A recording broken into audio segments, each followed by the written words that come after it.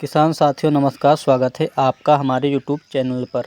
किसान मित्रों, इस वीडियो के माध्यम से हम आपको बताने वाले हैं खीरा की सफल खेती की A to Z जानकारी। खीरा में ज़्यादा से ज़्यादा उत्पादन के लिए हमें कौन सी खाद बीज दवा का इस्तेमाल करना चाहिए, आज इस वीडियो में बताने वाले हैं। तो सबसे पहले बात करते हैं अनुकूल समय। इसके लिए उचित समय है गर्मियों के लिए जनवरी से फरवरी महीना और फरवरी से मार्च महीना। बरसात के लिए जून से जुलाई, और यदि खेत में उत्तम जल निकासी नहीं है तो सितंबर से शुरुआती अक्टूबर तक यह समय काफ़ी अनुकूल माना जाता है।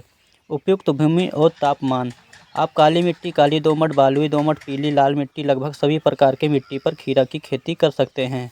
बस बरसात में उत्तम जल निकासी होना चाहिए। और टेम्परेचर की बात करें तो न्यूनतम 12 डिग्री सेल्सियस से 15 डिग्री सेल्सियस तक और मैक्सिमम 22 डिग्री सेल्सियस से 25 डिग्री सेल्सियस तक इसकी खेती कर सकते हैं।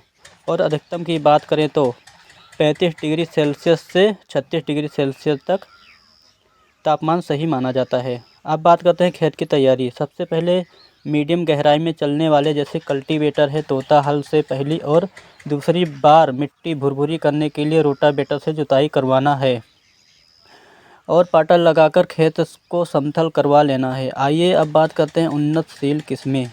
यदि आप हाइब्रिड सीड्स लगा रहे हैं तो VNR सीड्स किर्स के नाम से आती है, सजेंटा कुकुम्बर ग्लोसी के नाम से आती है। इसके अलावा ईस्ट वेस्ट नाजिया F1 और सफल बायो सोफिया F1। इसके अलावा महिको कंपनी की माही सीडोना नाम से आती है। तो इन वैरायटी में से किसी बेस्ट का चुनाव कर सकते हैं। यदि आप 1 एकड़ में खेती कर रहे हैं तो 600 से 700 ग्राम बीज की आवश्यकता होती है।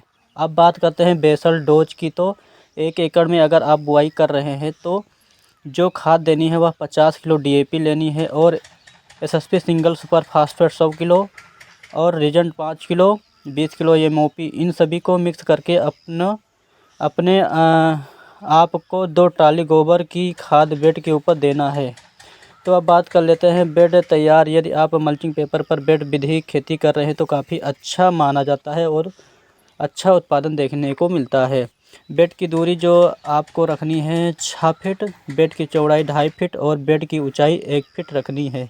यदि आप बिना मल्चिंग पेपर के खेती कर रहे हैं तो मेड़ से मेड़ की दूरी 5 फीट रख सकते हैं और पौधे से पौधे की दूरी 1 फीट रख सकते हैं। अब बात करते हैं खीरा में कौन कौन से रोग आते हैं। तो जैसे white fly, might, leaf miner, इसके अलावा फल मक्खी, पाउडरी मिल्ड्यू और तना सड़न गलन की समस्या देखने को मिलती है और झुलसा रोग प्रमुख रूप से देखने को मिलता है। तो इन सबको कंट्रोल करने के लिए पहला स्प्रे 15 से 20 दिन पर सिजेंटा का एक्टारा 10 ग्राम और UPL साफ फंगिसाइड 40 ग्राम, इन दोनों को 15 लीटर पानी में घोलकर स्प्रे करना है।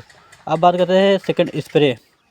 जब 40 से 50 दिन की हमारी फसल हो जाती है तो बायर कंपनी के एक्ट्रोबेट कंप्लीट 40 ग्राम और बायर कंपनी के सोलोमन 12 ml दोनों को घोलकर 15 लीटर पानी में स्प्रे करें। अब बात करते हैं तीसरा स्प्रे। जब 70 से 75 दिन की फसल हो जाती है तो फेंटेक प्लस टॉनिक 10 ml और धान का कोनिका 30 ग्राम और बायर की कॉर्न फीडर सुपर 5 ml, इन तीनों को घोलकर 15 लीटर पानी में स्प्रे करना चाहिए।